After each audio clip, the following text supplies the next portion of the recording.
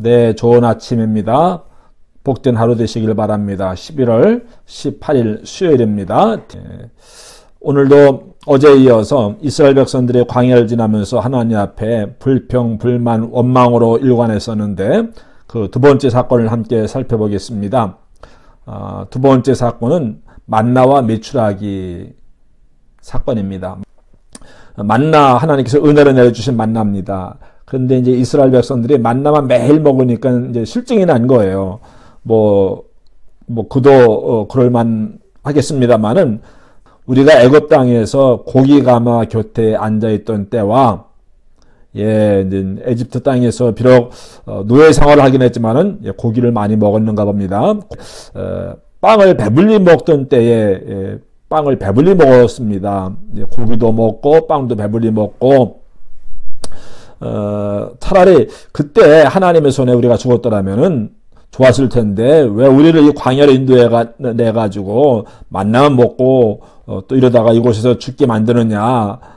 또 우린 늘 배고프다. 그렇게 원망을 하게 됩니다.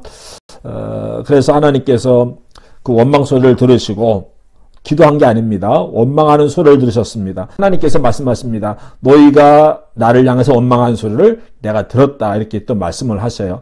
사실 이 출애굽기 16장에 만나와 메추라기 사건이 나오는데 여기에 원망이라는 단어가 7번인가 8번인가 나옵니다.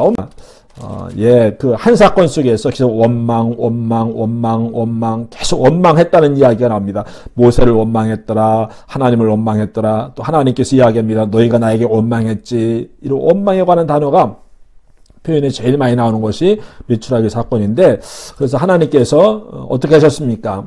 그들 원망했으니까 안 들어주셨습니까? 들어주셨어요. 그래 메추라기를 보내주셨어요.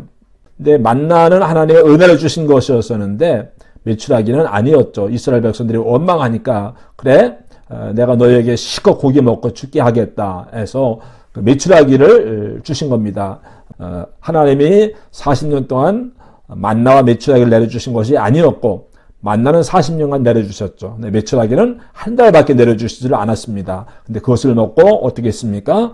엄청 많은 수만 명의 사람들이 하나님의 심판을 받아서 하나님이 그렇게 말씀하셔요. 너희가 그 고기가 그 새의 살이 이빨에 껴가지고 있는 그동안의 너희가 죽게 될 것이다. 그래서 정말 광야에서 얼마나 많은 사람들이 죽었습니까? 이게 첫 번째 그 심판이었습니다. 원망해서 이스라엘 백성들이 광야에서 죽어나간 정말 비극적인 그런 일인데 그것이 바로 메추라기 사건입니다. 근데 우리는 생각 없이 만나와 메추라기를 내려주신 하나님, 노웨이 절대로 그렇지 않습니다. 만나는 은혜를 내려주신 것이었고 메추라기는 하나님이 화가 나셔가지고 그래 먹고 죽어라 원망했을 때 그래서 하나님이 심판하신 것이 메추라기 사건이거든요. 광야를 지날 때 보면 하나님은 항상 화가 나게 했어요. 하나님 나타나시면 꼭 책망하시기 위해서 나타나세요. 왜? 이스라엘 백성들이 끊임없이 머머링하고 불평, 불만, 원망, 불순종하니까 하나님도 속상하시겠죠. 이거 어떻게 해야 되나. 때로는 그냥 넘어가기도 하시고 어제 같은 경우 말하였으면 넘어가셨어요. 근데 오늘 그 메추라기 사건에서는 하나님이 그냥 넘어가지 않았습니다. 안 되겠다 해서 그들이 원하는 것을 주긴 했지만은 그런데 하나님께서 그들을 또 동시에 심판도 하시더라고요. 메추라기 구하면 안 되는 거죠. 광야를 지날 때는 만나만 내려주셔도 감사해야 되는 것인데 우리는 메추라기 없다고 불평 불만하지 않습니까? 광야를 지날 때는 일용할 양식만 있어도 감사해야 되는 것인데 우리는 창고에 쌓아놓은 것이 없다고 불평 불만하고 있습니다. 하나님 언제까지 저에게 이 만나만 먹고 삽니까? 케이크도 좀 주세요. 광야를 지날 때 이런 기도해서는 안 되는 겁니다. 왜 이 원망을 하게 되었습니까? 광야에 나와 있는데 가나안을 향해서 가고 있는데 근데 이스라엘 백성들이 에집트에 있던 때를 생각하는 거예요. 광야를 지나면서 에집트에서 살던 것처럼 살려고 하는 거예요. 에집트에서는 우리가 진수성찬 차려놓고 오곡백과 다 먹고 채소도 먹고 마늘도 먹고 파도 먹고 그랬는데 무화과도 먹고 그랬었는데 지금 이게 뭐냐. 광야를 지나는데 과거를 뒤돌아보면서 좋았던 때와 비교를 하는 겁니다. 그러면 당연히 원망이 나오겠죠. 그러니까는 광야를 지날 때는 그것을 받아들이고 인정하고 그래야 되는데 광야를 지나면서 계속 가나안에 살아서 좋았던 때를 생각하면서 그때처럼 살려고 하니까 불편하고, 불편하니까는 불평하게 되고, 비교하면 안 돼. 우리가 좋았던 때와 지금을 비교하면 안 되는 거죠. 우리가 작년과 올해 비교하면 안 되는 거 아니겠습니까? 지금 올해 코로나 바이러스 지나가면서 작년에 살았던 것좀 살려고 해서는 안 되는 거예요. 우리가 엄청 불편하지 않습니까? 우리가 감수하고 감내하고 이게 나가야 되는 것이고 받아들여야 되는 것이죠.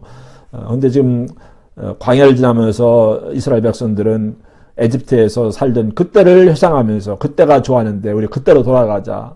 지금 그래가지고 하나님이 화가 나셔가지고 메추라기를 내려주셨는데 그 수많은 사람들이 광야에서 결국 죽게 되지 않았습니까?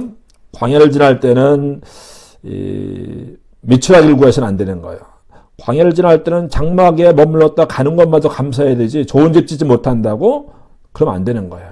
광야를 지날 때는 생수만 주셔도 감사해야 되는 건데 황금을 구해서는 안 되는 거예요. 정말 광야를 지날 때는 우리가 작은 것에도 감사, 광야를 지날 때는 하나님이 매일 아침 내려주시는 이슬만도 감사해야 되는 것인데 비가 내리지 않는다고 광야에서 원망하는 사람은 얼마나 이게 바보 같은 짓입니까? 광야를 지나가면서 축복의 소낙비를 내려달라고. 그건 바보죠. 광야를 지날 때는 이슬 같은 은혜만 내려주셔도 감사해야 되는 것인데 광야인데. 근데 우리는 다 가나안에 살고 있는 것처럼 생각하는 거예요. 광야를 지날 때는 가나안에 사는 것처럼 살면 안 되는 거죠. 또 가나안에서 살았던 것을 회상하면서 비교하면 안 되는 거예요. 광야를 받아들이고 광야는 광야대로 우리가 인정하고 또 이렇게 헤치고 나가야 될 줄로 믿습니다. 원망하다가 결국 오늘은 메추라기를 먹긴 먹었어요. 원하는 것을 먹긴 먹었는데 다 죽게 되지 않았습니까? 광야를 지날 때는 우리 욕심을 모래 구덩이에 파묻어야 돼요. 그 메추라기에 대한 욕심을 버려야 돼요. 그렇지 않으면 그 욕심 때문에 우리가 광야에 묻히는 수가 있습니다. 욕심을 버리고 감사하는 마음으로 살아가시기를 축복합니다.